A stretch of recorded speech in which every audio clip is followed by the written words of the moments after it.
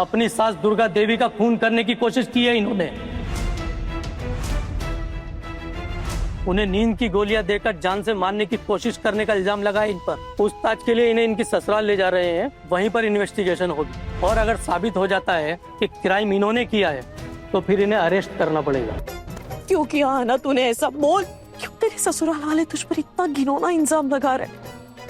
माँ मैं अर्जुन बेटा ने भी कुछ नहीं बताया मुझे इसके बारे में। आप इस बारे में उनसे ही पूछी तो ज्यादा बेहतर होगा माँ। तूने सच में ऐसा कोई काम किया है क्या? बड़ी माँ, आप लोगों को मुझ पर जरा सा भी भरोसा नहीं है क्या? अरे लेकिन उन लोगों ने तेरे ऊपर ऐसा इल्जाम लगाया क्यों? ऐसी कौन सी दुश्मनी हो गई है इतने से दिनों में तेरे साथ उनकी? उनके घर में 3 और भी तो बहुए हैं, उनके ऊपर तो कोई रिपोर्ट दर्ज नहीं कराई। आप लोग कुट्टी बुआ पे गुस्सा क्यों कर रहे हो?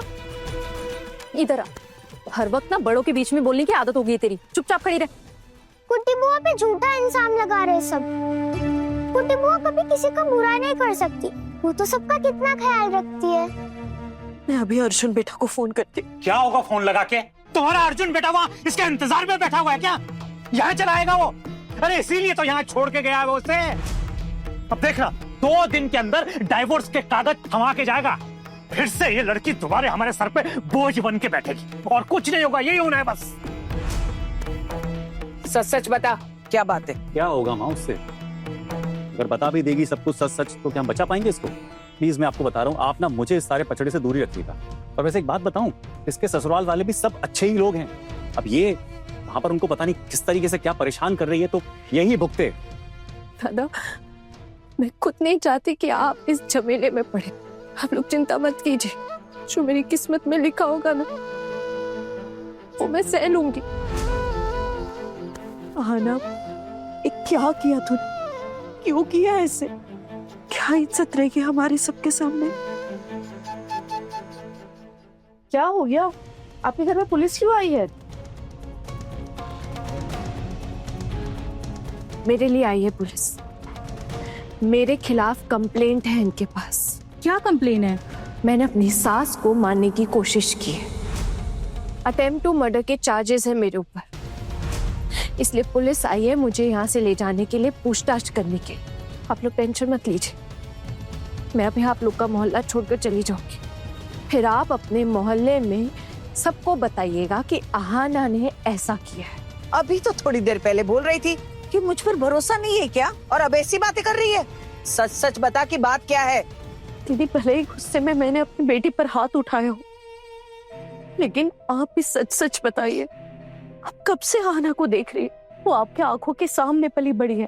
क्या आपको सच में लगता है कि हमारी आहाना ऐसा कुछ कर सकती है? क्या कर सकते हैं और क्या नहीं, ये पता लगाना पुलिस का काम है। हमें लेट हो रहा है, निकलना होगा। क्या मालूम किसके दिल में क्या छुपा हुआ है। क्या है ना, इसकी सास ने कॉलेज की परीक्षा देने से मना कर दिया है और कुछ नाचने वाचने का भी जमेला था। तू बता रही थी ना चुटकी, इसीलिए उस बुढ़िया बेचारी को इसने नींद की गोली खिला दी होगी। आप मुझे जाना होगा।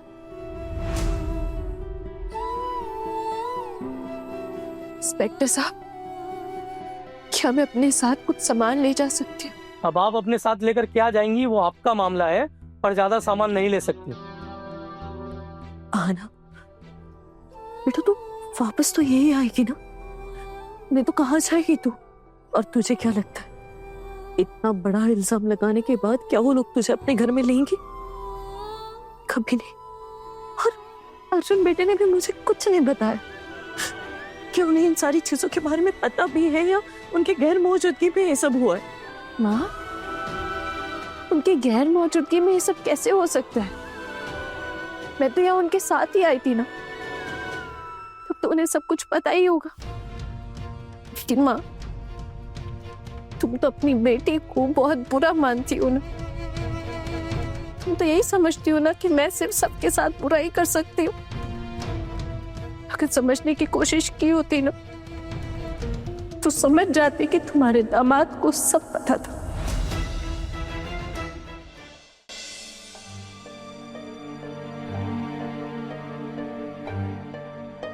माँ,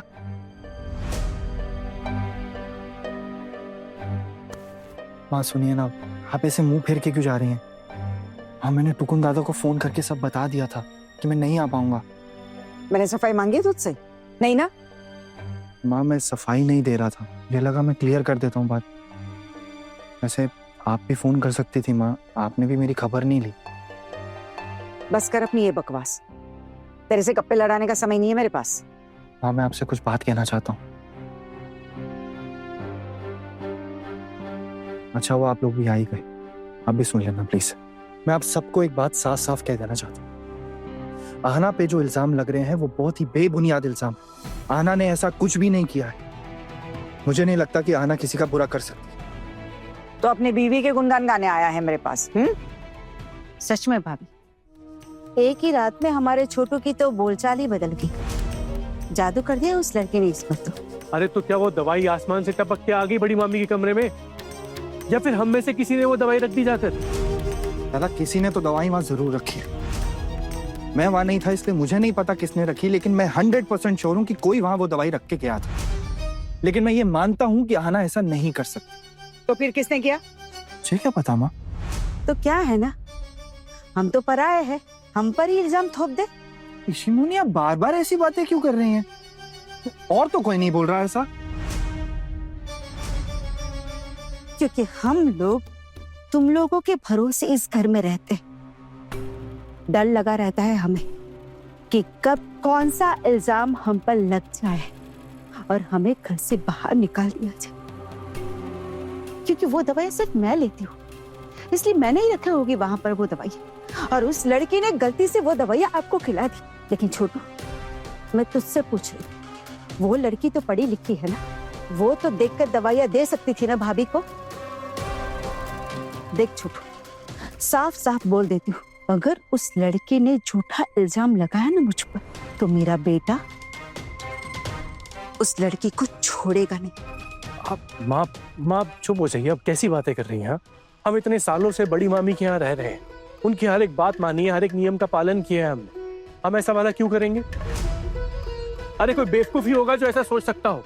नहीं, बेवकूफ नहीं, सियाना, कोई सियाना ही होगा जो ऐसा सोच सकता है, बेवकूफ तो नहीं।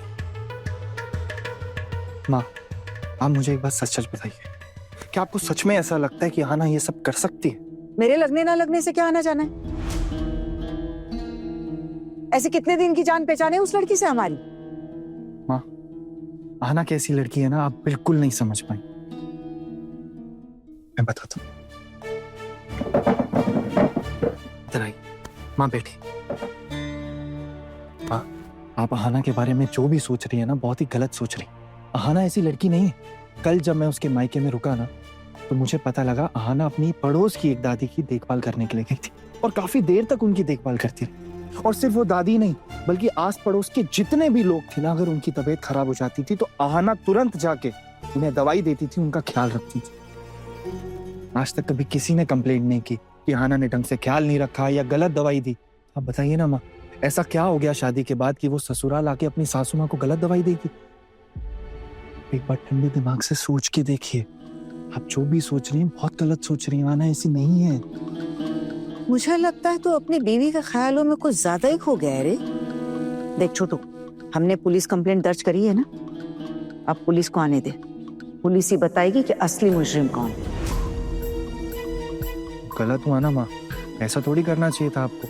अब आप बताइए, पुलिस उसके मायके जाके उसको यहाँ लेकर आएगी, अच्छा थोड़ी लगेगा उसको। अब आप बताइए, कल को वो अपने मायके जा पाएगी? सिर्फ मायके ही नहीं, वो यहाँ पर भी नहीं आ पाएगी। क्या पता किसकी जिंदगी पर खतरा बनकर मंडराएगी ये लड़की। सुन छोटू, अगर तुझे उस लड़की के साथ रहना है ना, तो कहीं और जाकर रह, लेकिन इस घर में उस लड़की को बिल्कुल घुसने नहीं दिया जाएगा।